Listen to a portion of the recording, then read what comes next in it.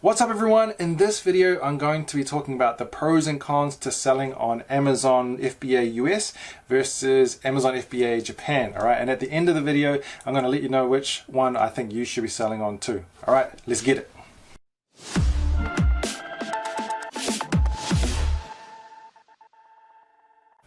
Welcome back to the channel. If you are new to the channel, my name is Mitch Davis and I am a six-figure seller on Amazon Japan. And most of the videos on this channel are about Amazon Japan too. However, in this video I'm going to be doing my best to give my most unbiased opinion on whether I think you should be selling on Amazon Japan or Amazon US. Okay, so to get things started, I'm just going to give you my top 3 pros to selling on Amazon US. Okay, so the first one, probably the most obvious one, is that the market is just huge. Okay, it's massive. It's by far the biggest in the world compared to all the other marketplaces for Amazon. Like in comparison to Amazon Japan, it's like 10 times the size. Okay, and then just America in general, it's this like 300 million people or something like that, and you know, majority of them are buying online. Most people buy on Amazon. You know, it's a well-established trust brand in America. Okay, so there's a lot of money there, and so that attracts a lot of sellers to go and sell on this marketplace, correct? Because it's just massive opportunity. Okay, number 2 is if you are an English speaker, it's just going to be easier for you to get up and start selling on Amazon.com. You're not going to need any outside help. You're not going to need any like translators to help with your listings. You're not going to need any like virtual assistants to help you with any other support. You know, if you want to reach out to influencers and things like that, you can do that directly. You don't need anyone like it's in between you translating all the time. So in that instance, you know, it's just going to be easier for you to get up if you speak English on this, you know, English speaking countries platform. And number 3 is the amount of tools and services available for Amazon.com sellers. So because Amazon's, you know, been around longer, .com's been around longer, and there's just so many more sellers on there, it's, you know, attracted a lot of attention from people that want to provide services and create tools for sellers. Okay, so you know, there's so many cool tools like for product research, PPC, like doing rebates, like launches, and then you've got services for like photography, all these kind of things. There's so much out there for Amazon.com, but with Amazon Japan, you're very limited, right? So like, I don't really talk about many softwares on my channel except for like SELLERSPRITE, which is a great product research tool for Amazon Japan.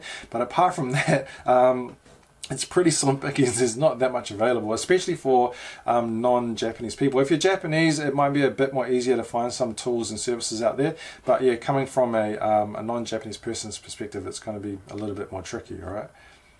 Right, next up I'm going to talk about the pros to selling on Amazon Japan. Alright, so number 1 is there's just a lot less competition, a lot less sellers on Amazon Japan. You know, as I said earlier, it's like .com's like 10 times the size of Japan, but you know, Amazon Japan is still like it's like 3rd, 4th largest marketplace. You've got a close second between Germany, UK and Amazon Japan. So there's still a lot of revenue in the Japanese market, but a lot less sellers currently in there, and also like the ratio of sellers moving into the Amazon marketplace, like it's a lot less obviously coming into Japan than Amazon the US.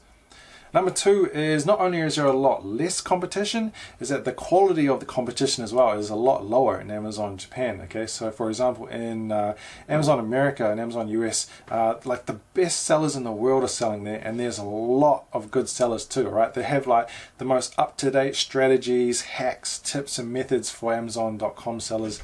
And these other marketplaces are a lot slower to catch up. And in Amazon Japan, just like, it's so common to see these poor quality listings with like one photo and maybe like a couple of short like bullet points, and they're still making a bunch of sales, right? So it's a lot easier for you to come in there, do like a prime job, like a great job, like a fully optimized listing, and come in and like take these competitors' sales. And number 3 is the number of reviews on Amazon Japan is a lot lower as well. So I'll just jump into my computer real quick and just give you a quick example of the difference in the number of reviews that you're looking at. Okay, so this is the bestseller page for the baby category on Amazon Japan. So basically, these are the best-selling products right now for the baby category. If we look at the review number, you can see here the top seller has got around about, so it's got 840 reviews. This one's 1,123. This one's 755, so on and so on. So if you just look at them, you're looking at around about a max of 1,400 reviews for the best sellers in the baby category. But if we look at Amazon.com's baby category, the first one here, 50,621 reviews, 9,000, 46,000, 28,000. So there's you can automatically straight away see the difference in the number of reviews between the two platforms, the two marketplaces.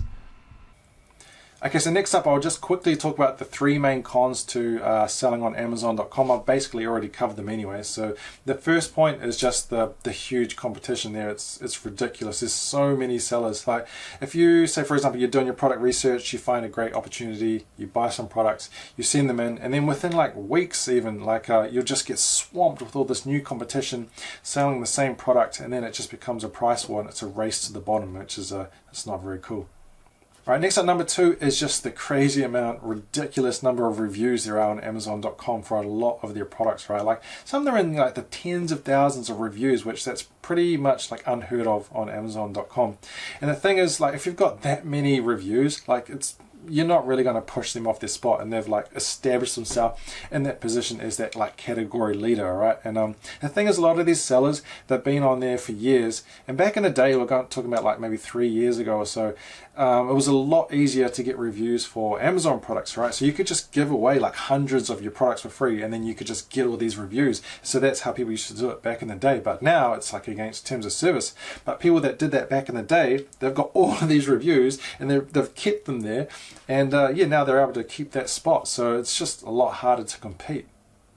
All right, and con number three is the level of competition. So I spoke about it a little bit, but not only are you competing against the best sellers with the most up-to-date strategies and skills to have the best, products and listings and so on, you're also competing against these ruthless sellers that will do whatever it takes to get rid of you. Okay, so the most up-to-date killer black hat strategies, leaving all these bad reviews, getting your account suspended and stuff like that. It happens on Amazon Japan as well, but nowhere near as much as it does on Amazon.com.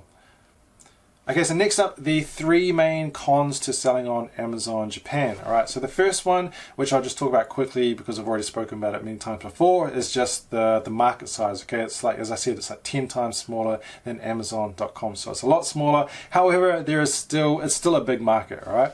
Okay, next up, number two is the language barrier. Okay, so if you are not Japanese or you don't speak Japanese, you're going to need some help, right? Because most of Japanese people, they don't understand much English, right? And a lot of people ask me too, it's one of the most common questions, oh, can I just put my product up there in English? And the answer is yes, technically you can, but the problem is no one's going to understand what your product is about, okay? So you need to have your product listings in Japanese, your packaging in Japanese, right? Otherwise it's gonna piss some people off, all right? So yeah, you're gonna need help, but it's not actually that difficult, and it doesn't have to be that expensive either. Okay, number three is import tax, all right? So this is something new that's happened since 2020. If you want more details about it, I'll leave a link up there somewhere. You can check it out, which goes a bit more into detail about the whole situation. But basically, Amazon Customs is trying to collect more tax from foreign sellers that are selling on Amazon, right?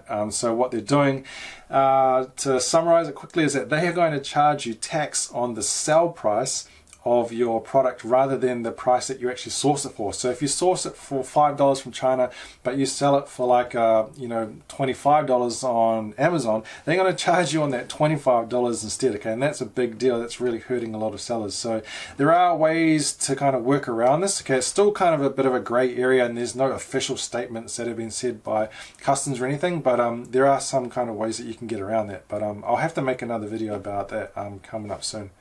Okay, so the final big question is, which one should you be selling on, right? So Amazon.com or Amazon.co.jp, Amazon Japan. How much competition are you comfortable with, right? So obviously there's two completely different ranges of competition. Amazon.com, crazy competition, but crazy sales numbers as well.